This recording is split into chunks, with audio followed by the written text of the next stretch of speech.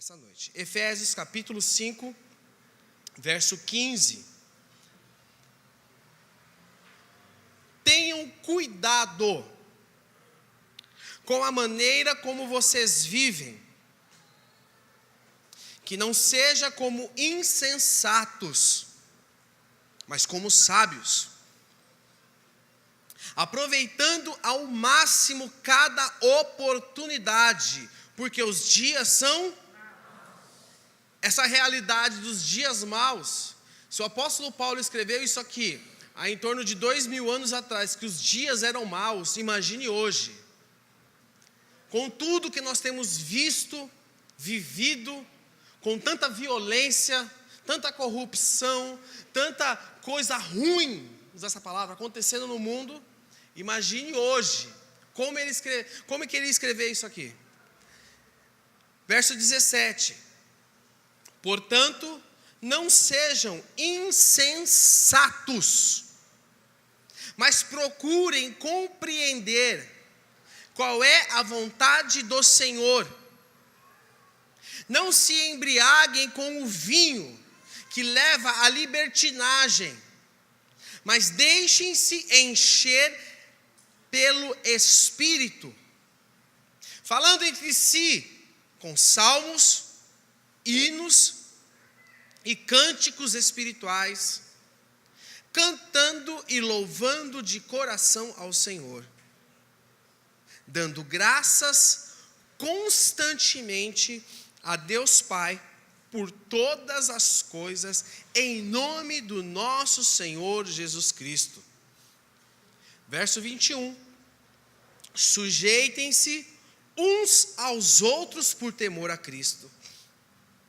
Mulheres, sujeitem-se cada um a seu marido como ao Senhor, pois o marido é o cabeça da mulher, como também Cristo é o cabeça da igreja, que é o seu corpo, do qual ele é o Salvador.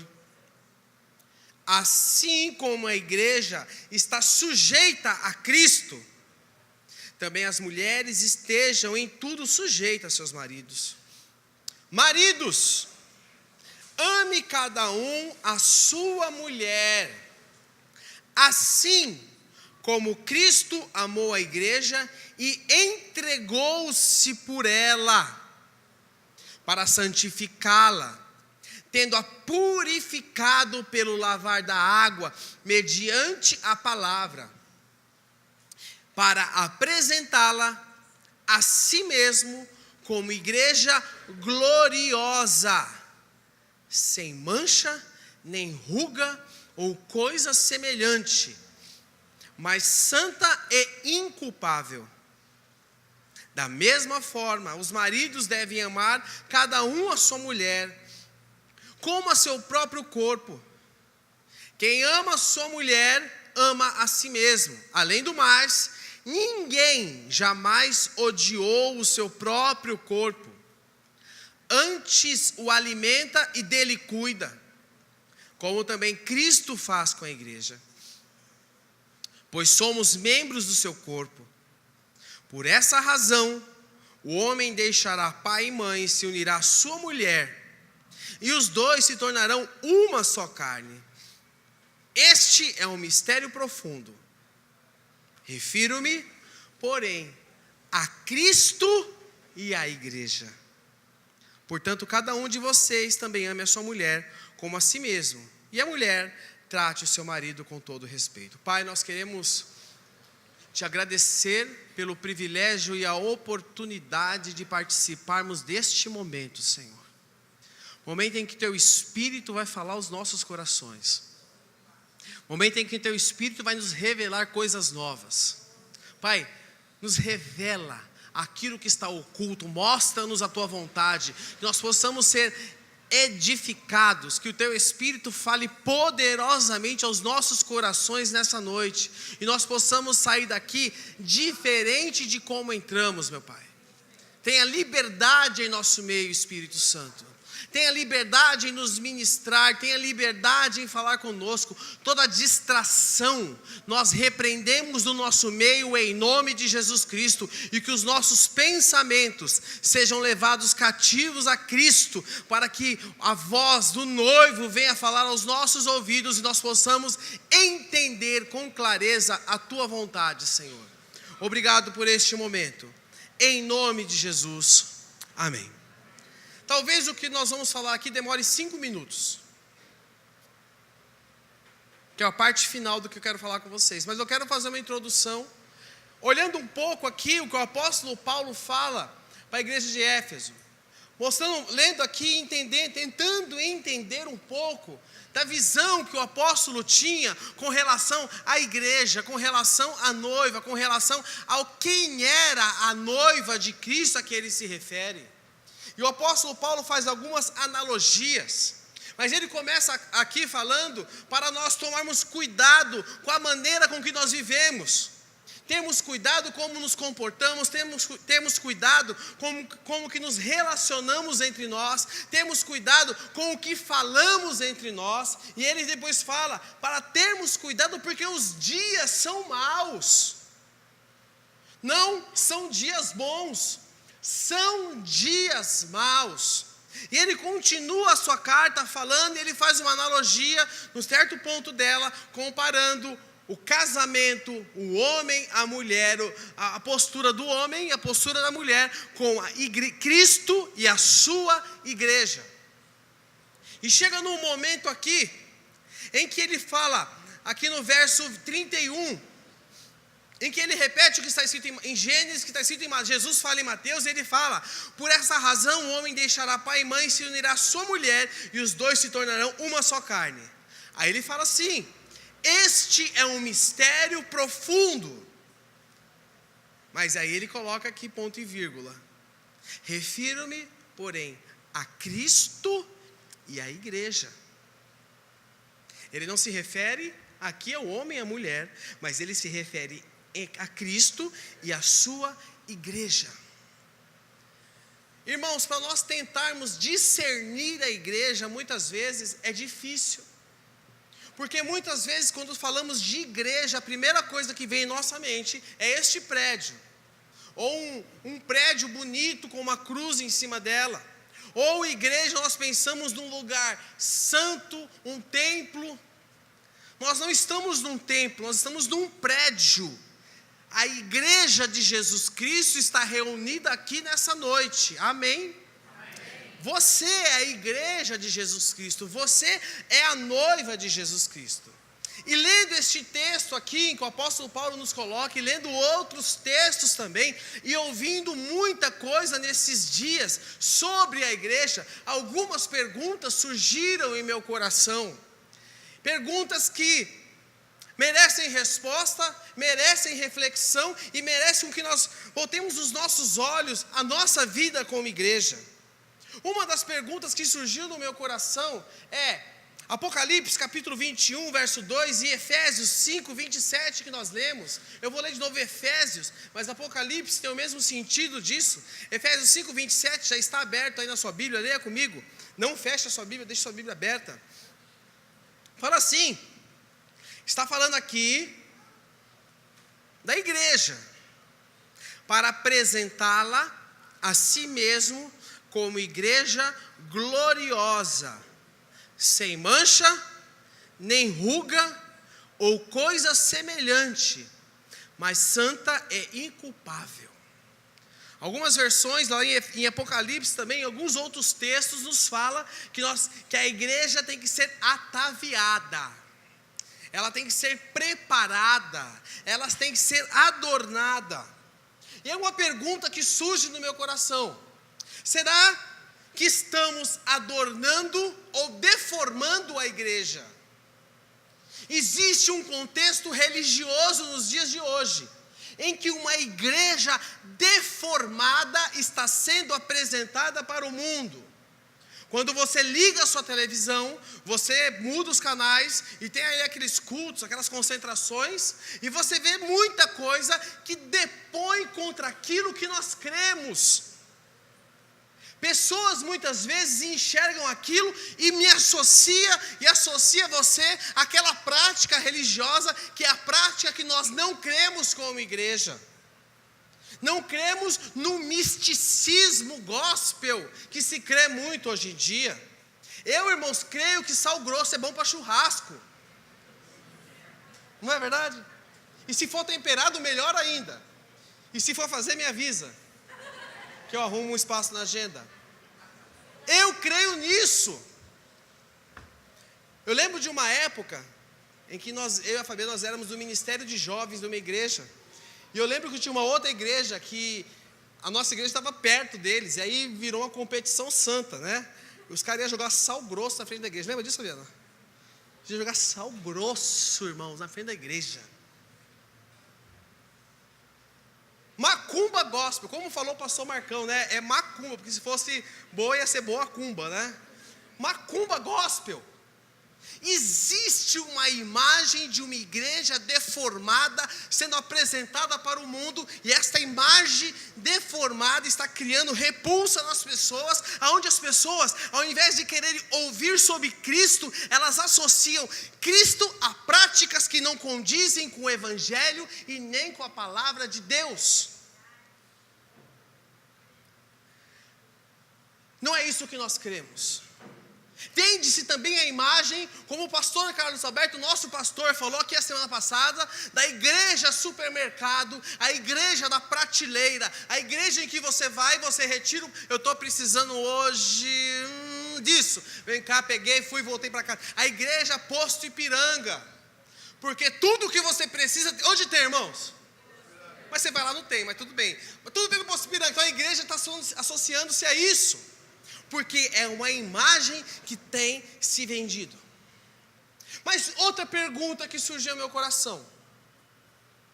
Eu e você, nós temos responsabilidade pelo sucesso da igreja? E pensando nisso, me veio duas respostas. Sim e não. Não, em certo ponto, porque é o seguinte... A igreja mística, a igreja invisível, a igreja que irá se encontrar com o noivo no grande dia, isso nem eu, nem você, nem ninguém pode mudar. Isso está escrito na agenda de Deus, e isso vai acontecer, comigo estando lá ou comigo não estando lá. E sim, sabe por quê? Porque no sentido prático, eu e você podemos estragar, como representantes da igreja, como discípulos.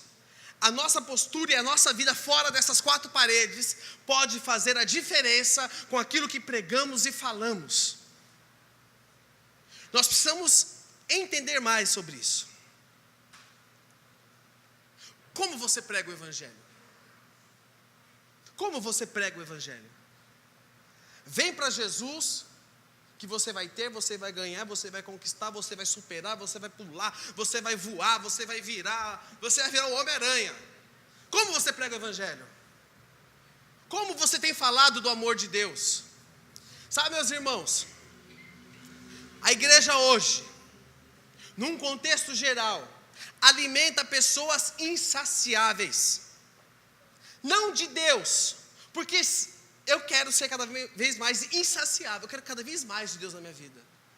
Mas alimenta pessoas insaciáveis dos seus próprios desejos. E sabe o que acontece? Quando elas não são mais alimentadas, quando as suas expectativas, elas não são supridas naquilo que é a sua fome, do seu desejo pessoal, sabe o que elas dizem? Elas dizem o seguinte: o meu tempo acabou aqui, o meu tempo não é mais aqui. Porque são pessoas que se perdem em meio ao propósito e procuram lugares para alimentar o seu ego, alimentar o seu eu, alimentar a sua vontade interior de ouvir uma palavra que as motive e as faça avançar, voar, conquistar e ter e prosperar em nome de Jesus. Hoje, de 10 pregações que nós ouvimos, nós temos acesso a tudo isso hoje. De 10 pregações que nós ouvimos, 9 delas se focam no bem-estar do homem. Confira. Às vezes a Fabiana até implica comigo, porque eu assisto tudo, irmãos. Eu vejo até a pastora aqui da Mortal e cai na piscina nadando. Eu vejo, já viu essa aí já? Essa aí vai para as Olimpíadas. Eu vejo, e tudo que você vê, tudo focado no bem-estar do homem. A Bíblia nos fala, lá em João 4,35, não precisa abrir, você pode ler depois na sua casa, só marque essa referência, em João 4,35, que os campos estão brancos para quê? Para colheita. Em Lucas, capítulo 10, versículo 2, fala que são poucos os trabalhadores, fala que a colheita é grande, porém são poucos os trabalhadores. E aí me vem outra pergunta, outra coisa que, como podem ser poucos os trabalhadores, se hoje nós temos auditórios lotados de pessoas, igrejas lotadas, cheias? Como podem ser poucos os trabalhadores, se temos auditórios cheios de pessoas, ouvindo boas palavras e se alimentando, se alimentando, se alimentando e se alimentando? Como? Sabe, meus irmãos, nós não podemos perder de mente o seguinte: o porquê a igreja existe. Porque a igreja existe. A igreja existe para levar os descrentes a serem crentes. Uma palavra curta. Levar aqueles que não creem a crerem. A igreja existe para que o reino de Deus seja implantado nesta terra. A igreja existe para que o amor de Deus, o amor de Cristo, possa se propagar através da sua vida. A igreja existe para que você, como igreja, como parte deste corpo, como noiva de Cristo, possa levar esse amor adiante para aquelas pessoas que não conhecem o amor de Deus. Eu já falei isso aqui numa outra ocasião. Se existe tanto cristão, por que tanta violência? Se existe tanto cristão, por que tanta desgraça? Está na hora dos verdadeiros discípulos de Jesus Cristo se revelarem nessa terra, meu irmão. Está na hora disso acontecer. Uma outra pergunta que surgiu no meu coração: se a igreja existe para salvar o descrente, levar o descrente a crer. Até a professora Alexandre, que era aquilo lá que eu falei, que você falou? Ela inventou. Existe, ela me ajuda. Para os críticos de plantão, a palavra existe, tá? A igreja, ela tem feito, dentro dessa perspectiva de salvar e de levar pessoas da descrença à crença, a igreja tem feito um serviço ou um desserviço nessa geração? Como nós temos levado o evangelho ao próximo, que deveria ser o evangelho do arrependimento? Dentro desses auditórios cheios, diminui-se o quê? O número do novo nascimento. E aumenta-se que, nas plateias gigantescas, pessoas que acham que estão ali por uma causa própria. E o número de pessoas que nascem de novo diminui-se. Pergunta: quem está falhando? Será que Jesus está falhando, irmãos? Será que Jesus está falhando? Sim ou não? Quem está falhando? Eu não ouvi. Quem está falhando? Eu. Nós estamos falhando. Nós estamos falhando. Falhando porque estamos muito preocupados com a nossa vida. Muito preocupado com os nossos avanços. Não que não tenhamos que nos preocupar, sim. Mas eu creio em Mateus 6,33. O que diz Mateus 6,33?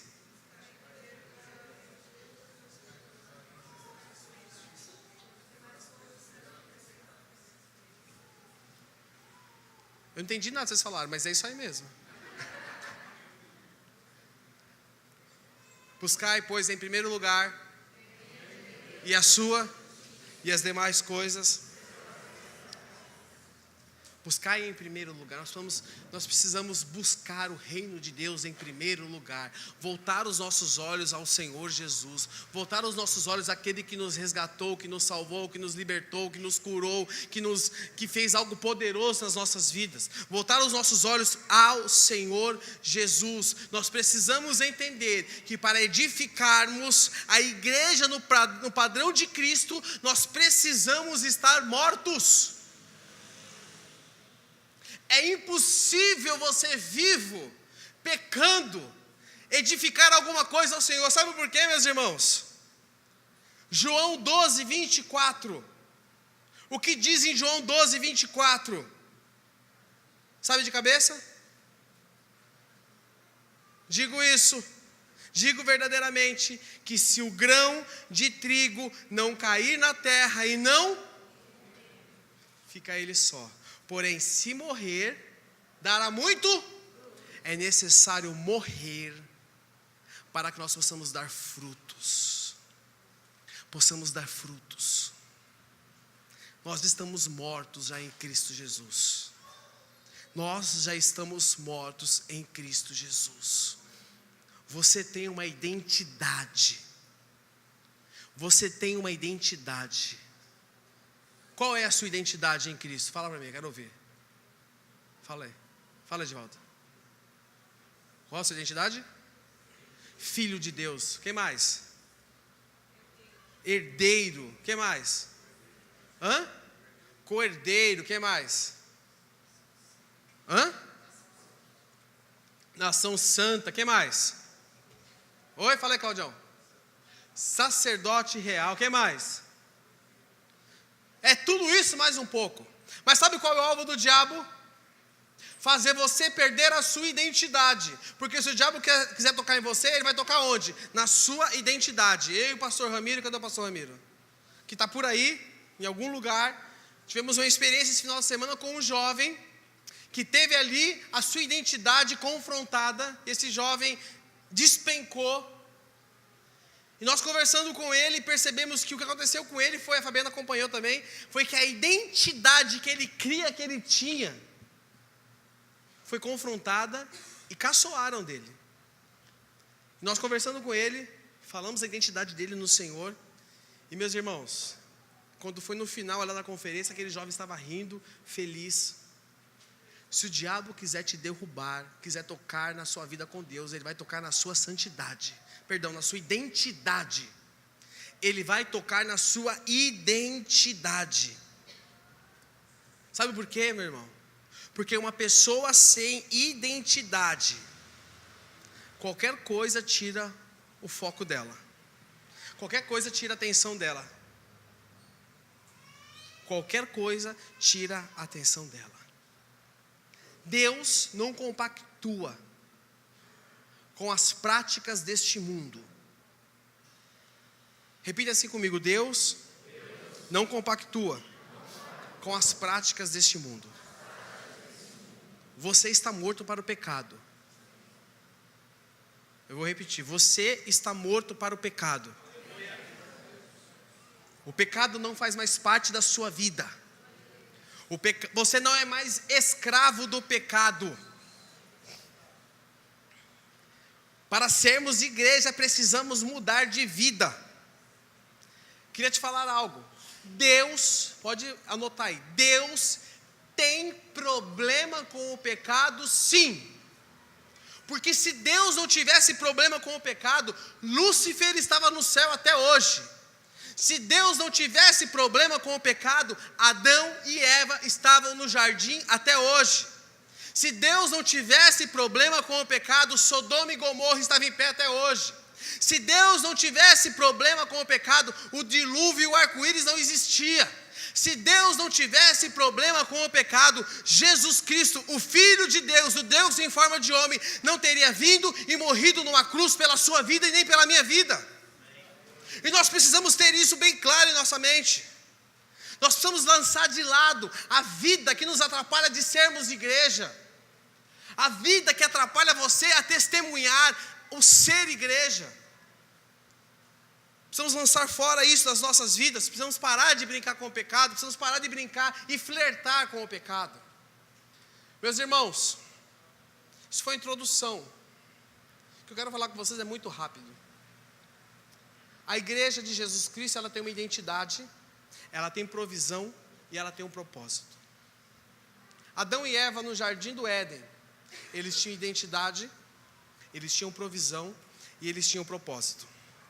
Deus não fez Adão e Eva, Adão, somente para ser um carinha bacana, bonito, peladão, que andava pelo jardim, porque era imagem e semelhança de Deus. Pronto, Adão é um cara muito legal. Ah, Adão, você é tão bonito, você é tão legal, te amo tanto, Adão. E ele fala, também te amo, Deus, obrigado. Não. É muito mais que isso.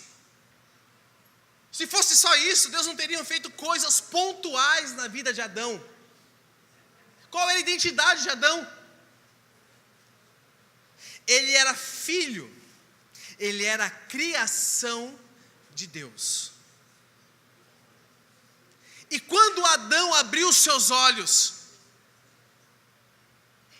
ele enxergou provisão, ele enxergou forma de subsistência, ele enxergou os alimentos, tudo aquilo que era a sua provisão para a sua vida.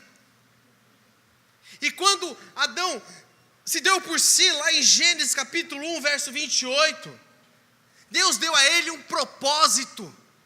E Deus fala para ele o seguinte: Deus o abençoou e lhe disse: sejam férteis, multipliquem-se, encham e subjuguem a terra, dominem sobre os peixes do mar, sobre as aves do céu e sobre todos os animais que se movem pela terra. Ou seja, Adão, ele tinha uma identidade, filho, criação de Deus. Ele tinha provisão, tudo aquilo que existia naquele jardim era provisão de Deus para ele.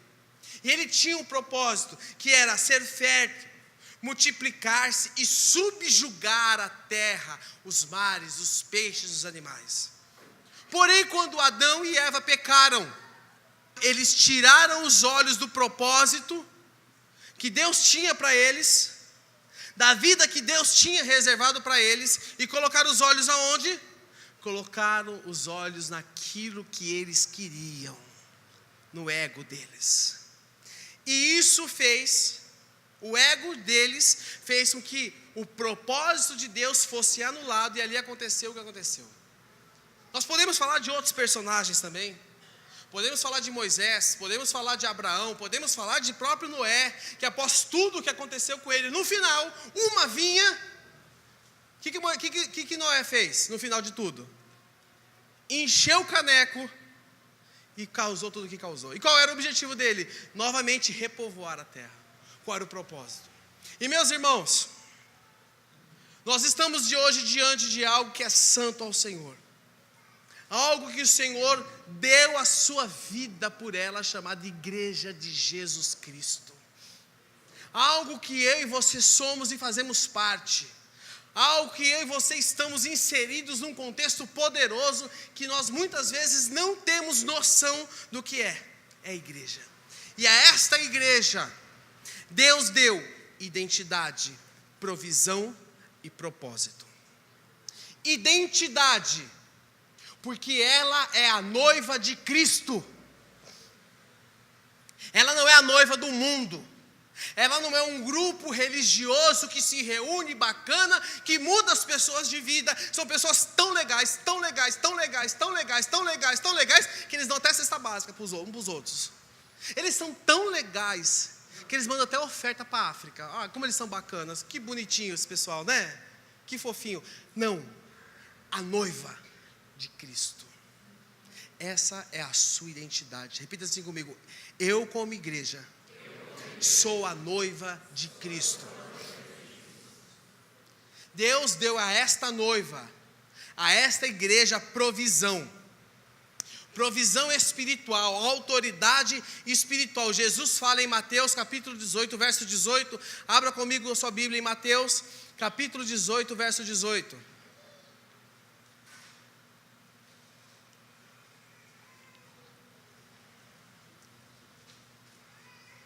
Mateus capítulo 18, verso 18.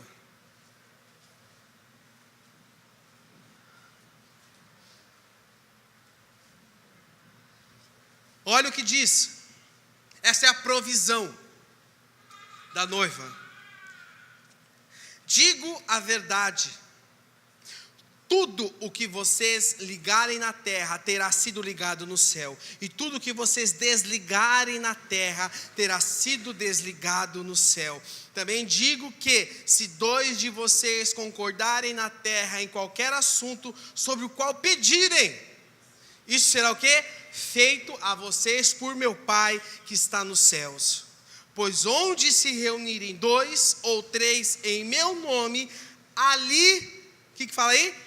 Eu estou no meio deles. A provisão da noiva é o noivo no meio dela.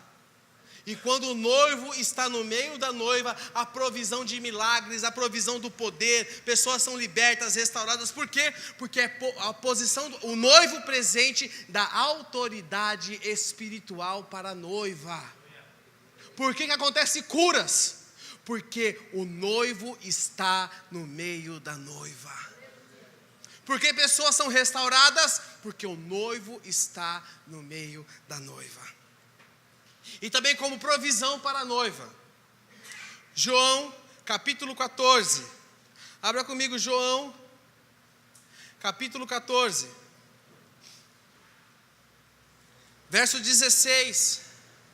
A provisão para a noiva também chama-se Espírito Santo de Deus. E Jesus diz o seguinte em João 14, verso 16: E eu pedirei ao Pai, e Ele lhes dará outro conselheiro para estar com vocês para sempre, o Espírito da verdade. Aí ele fala o seguinte: o mundo não pode recebê-lo porque não o vê nem o... Mas aí agora é o seguinte, ele fala para a noiva, ele fala para a igreja, ele fala o seguinte: mas vocês o conhecem, pois ele vive com vocês, estará em vocês. Glória a Deus. A provisão da noiva é a autoridade espiritual e a presença do Espírito Santo. Nós temos o Espírito Santo sobre as nossas vidas. E meus irmãos, e ele dá propósito. Em João 14, verso 1, ele fala do propósito da igreja. Não se turbe o coração de vocês. Creem em Deus, creiam também em mim. Aí ele fala: na casa de meu pai há muitos aposentos. Se não fosse assim, eu lhes teria dito: vou preparar-lhes um lugar. E se eu for e lhes preparar lugar, olha aqui, presta atenção ao propósito: voltarei e os levarei para mim, para que vocês estejam onde eu estiver. Sabe qual é o propósito? Encontrar-se com o noivo. Sabe qual é a minha missão e a sua missão, meus irmãos? Trazermos pessoas para encontrar-se com o noivo. Este propósito aponta para o futuro, mas a identidade e a provisão apontam para hoje. Identidade: você é noiva de Cristo. E presta atenção, o diabo tem tentado roubar a identidade da igreja.